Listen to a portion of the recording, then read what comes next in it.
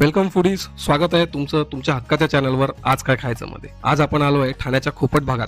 इथे गेली तब्बल 40 ते 45 वर्ष एकाच चवीवर आणि विश्वासावर टिकून असलेलं नाव म्हणजे Jaiveer sweet and farsan mart. हे ठिकाण खास आहे. इथे चव म्हणजे फक्त चव नाही, तर इथे आहे वर्षानुवर्षांची परंपरा. सगळ्यात आधी चाकला त्यांचा वडा. बाहेरून मस्त क्रिस्पी आणि आतून एकदम सॉफ्ट. मसाला इतका फ्लेवरफुल आणि तिखट आहे की वेगळी चटणी घेण्याची गरजच पडली नाही.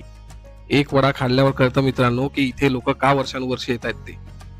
मित्रांनो, तुम्हाला आमचा व्हिडिओ आवडत असेल तर लाईक करा, सबस्क्राईब करा आणि कमेंटमध्ये तुमची फेवरेट फूड प्लेस नक्की सांगा. आपण पुढच्या वेळच्या व्हिडिओमध्ये ती नक्की ट्राय करू. चला तर आता आपण लस्सीकडे वळूयात. यांची मलाई लस्सी म्हणजे खूपच खास. खरंच ही लस्सी म्हणजे फ्रेशनेसची डेफिनेशन आहे.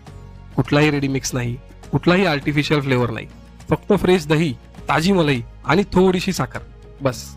लस्सी इतकी थिक आणि क्रीमी आहे की चमच्याने ती हळूहळू खाली येते.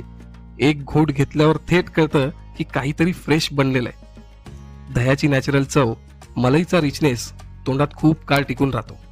आता मिठाईचा नंबर. सुरुवात केली मलाई बर्फीपासून. ही बर्फी इतकी सॉफ्ट आणि स्पॉन्जी आहे की तोंडात टाकताच ती हळूहळू मेल्ट होते आणि लगेच दुधाच्या फ्लेवरचे एकदम थंडर वेव्स तोंडात पसरतात. यानंतर घेतली त्यांची काजू कतली. जास्त ग्राइंड न केलेली काजू म्हणून टेक्स्चर मस्त जाणवतो. कमी गोड पण टेस्ट एकदम रॉयल.